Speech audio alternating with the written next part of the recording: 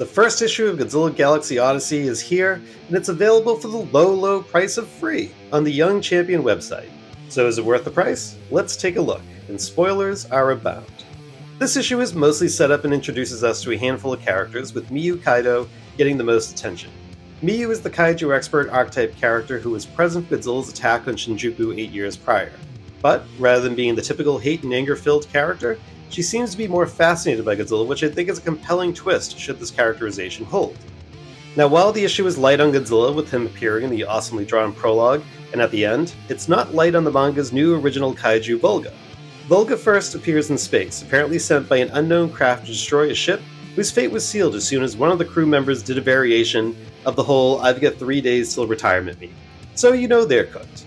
Now, Vulga's appearance is done extremely well, giving off eerie, unsettling vibes that remind me of Evangelion's Angels in a way. And whether it's the intense heat it generates or some other unknown ability, it's difficult to perceive Vulga with electronic instruments, which again is a nice unsettling touch. The issue ends with Godzilla appearing to confront Vulga, and you can color me intrigued. I thought this was a very good first issue, and my goal is to keep up with this series, and I'm excited to learn more about this intriguing new world. So with that, till next time. Godzilla Galaxy Odyssey Issue 2 is here, and it's still free in the Young Champions website, so let's dive in, and spoilers are abound. So this issue is effectively a two-part action sequence, with the first part being focused on our co-protagonist Osaki, leading the charge against Vulga, who still can't be detected by lock-on missiles. So, Osaki does what any sane human being would do, and uses himself as a lure to bring the missiles to Vulga and get his own version of the Death Star trench run, but it's all in vain as Vulga is unfazed by the attack. And just as things seem bleak for our hotshot pilot, Godzilla arrives in style with a blast of his atomic breath that slices the alien's arm off and leaves Osaki wondering if Godzilla saved him. But, my dude, I think it was just a happy coincidence. Vulga quickly realizes he's overwhelmed and tries to skip town, but appears to be ordered back to the field, and the issue ends with him re-engaging Godzilla. Once again, the art is very stellar, especially the color cover and basically any panel with Godzilla. Character development is light this issue. Miyu is mostly sidelined, and all I know about Osaki is that he probably uses Top Gun and Independence Day as training tools. But we got a fun, action-heavy issue, and the overall concept of this universe has me hooked. So, to be continued.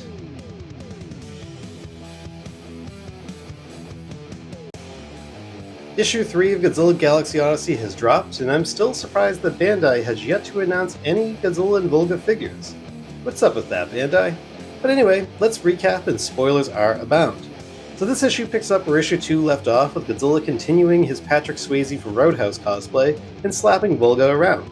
Meanwhile, Miyu and Osaki deduce that Vulga is receiving commands via a disc on its back that kinda sorta resembles a mecha version of the Shockurus from Godzilla 84.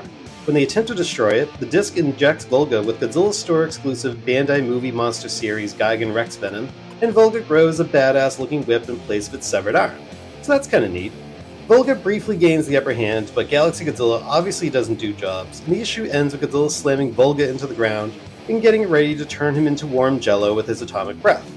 So, this has been another fun, action-heavy issue, but we did get some neat new tidbits. Miyu and Osaki are starting their journey towards hopefully becoming a dynamic duo.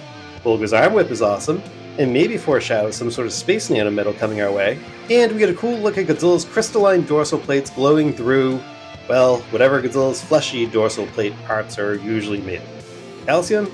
I don't know. So is Vulga down for the count? Will we see the Gotengo soon? Will Bandai finally succumb to their urge to merchandise everything and announce some sort of tie-in figures? Your guess is as good as mine, but maybe we'll find out together next time. So, till then. Issue 4 of Godzilla Galaxy Odyssey is here, but starting with this issue, you now have to pay to read it, but don't you worry, because I got you and the recaps will keep coming.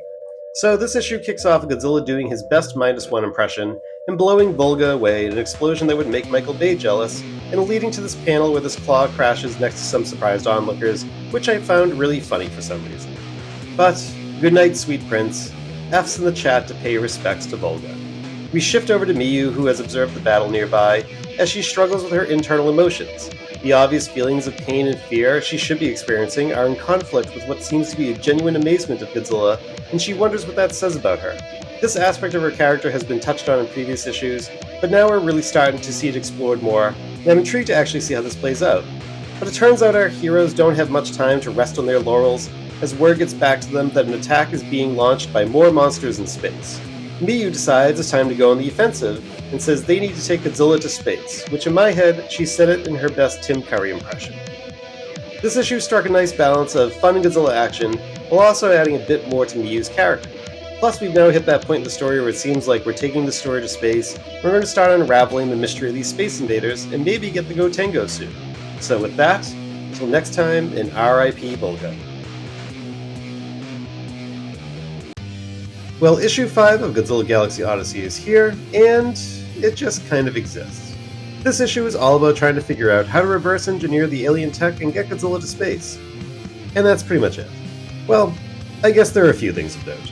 Miyu and Osaki have a brief interaction where Osaki basically says, "Hey man, I hate Godzilla. Using him as a weapon really kills my vibe." And then he dips out. And when he's not kicking ass, Godzilla apparently just chills on Odo Island, waiting to kick more ass. And then the Goten finally appears at the end, and it's really big. But the real highlight of the issue are these two panels of Godzilla drawn in a fun little cartoony style. I could take plenty more of those. So yeah, it looks like most mangas in Young Champion end after 6 issues. Now if that's the case, then the next issue is going to have to cover a lot of ground here. But who knows, maybe the manga will continue on just like the endless bounds of space. We'll find out soon enough. Till next time. Godzilla Galaxy Odyssey Part 6 is here, and the plan to get Godzilla to space unfolds. The issue starts with our heroes gathering on the Goten, and Miyu instantly cements herself as my favorite character when she rejects an offer for tea because she loves her energy drinks and always carries a fresh can on her. I felt this panel deep in my soul. Apparently the plan to take Godzilla to space wasn't wild enough, so our heroes have decided to take it a step further. Seeing as Godzilla likes to chill on Odo Island working on his six-pack, the plan to keep Godzilla cool during transport now involves using the alien tech to teleport not just Godzilla, but a chunk of the island itself. The plan kicks off and it appears to be a success, so hopefully that means we are finally going to space next issue. And I must say, this plan of teleporting the island with Godzilla is so ridiculously awesomely over the top that it reminds me of something you would see in the Showa era if the writers had unlimited access to energy drinks. So with that, till next time. Godzilla Galaxy Odyssey is now publishing about as sporadically as I drop podcast, which, by the way, I recently just dropped some new episodes about collecting and Godzilla's revenge, available everywhere you get your pods. But anyway, as such, my plan of recapping 2 issues at a time has been foiled. But issue 7 is here, as well as some news. So, are we in space yet? Nope. But I can let that slide as we get another action-filled issue with a showdown between Godzilla and the ginormous Goten, and it really shows off just how strong this Godzilla is. We even get this tough panel of Godzilla basically telling the world he ain't got time to bleed, as his chest and his invincible abs heal from the Goten's attacks. Will our heroes find a way to chill Godzilla out and finally get him to space? I guess we'll find out next issue, whenever that is. But there's more. We also got a cover reveal for the first collected edition, and it looks lovely. It's slated to be released on October 20th, so we probably only have a few more issues to go in Volume 1. Maybe we'll be getting some Bandai figures around then? I mean, Godzilla Day will be right around the corner. We'll just have to wait and see. Till next time. Well, Part 8 of Godzilla Galaxy Odyssey is here, and we pick up right where we left off, with Godzilla and the Goten splashing around in the water.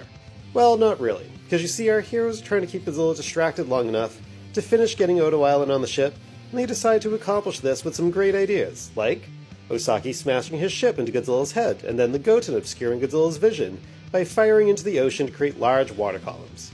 If you wanted to give Godzilla a splitting headache and just cause him not to be able to find his way home, you could just give him some PBRs and a few shots of wild turkey. That always worked for me, but I digress. The battle at sea has been effective in demonstrating just how strong and near unstoppable this version of Godzilla really is, and the way it's drawn and paced gives me the vibes of the Super X2 ocean battle from Godzilla vs. Biollante.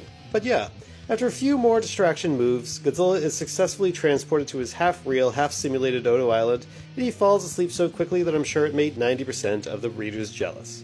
And with that, Miyu's energy drink-fueled plan is a success, and we are finally going to space. For real. It even says right there. It's finally happening. Maybe. Probably. Well, till next time. Well, we've finally put the galaxy in Godzilla Galaxy Odyssey because issue 9 is here and we are in space. So, this issue is on the quiet side, but that doesn't mean we can't enjoy some casual, insane story beats. For example, how does the Goten travel through space? Well, it drills, of course, and I appreciate that it's just handled so matter-of-factly, and it's just one of the many reasons why this book has become one of my favorite comics of the year. It also feels like the art for the Goten was really stepped up this issue. Now, while they were always there, the spiral-like grooves around the drill, which I assume are meant to be an homage to manga, are nicely detailed and leads to some striking panels. But speaking of striking panels, apparently drilling through space isn't the smoothest ride, and we get this all-timer of a panel of Miyu just casually, violently booting into a plastic bag, and then being kind of whatever about the whole experience. While Godzilla spends the whole issue sleeping, the issue ends with Osaki and Miyu getting ready to explore the mysterious planet of Flores. I'm glad our two main protagonists are finally spending a good amount of time together. I know teaming up the charismatic soldier character with the reserved, awkward genius is pretty cliche, but sometimes you just want the predictable, and I'm looking forward to Miyu and Osaki's awkward road trip. Well, till next time.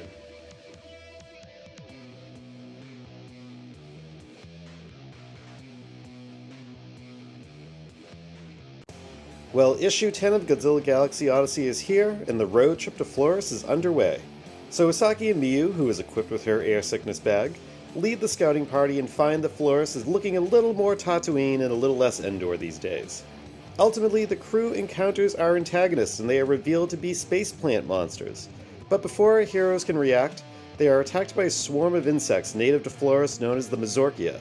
Miyu theorizes that the Mazorkia and the space plants have formed a symbiotic relationship, as the Mazorkia have grown in size and are defending the evil shrubberies. As our heroes try to escape what is basically a real-life version of the game of Galaga, one of the best games of all time by the way, the issue ends on a cliffhanger with a blinding light in the sky that is about to interrupt the battle. And what is the source of that light, you ask? Well, we'll find out next time, but this series has been so wild I wouldn't be surprised if it's Godzilla himself, riding down in a jetpack wearing his Trendmaster's battle armor. And with that, till next time.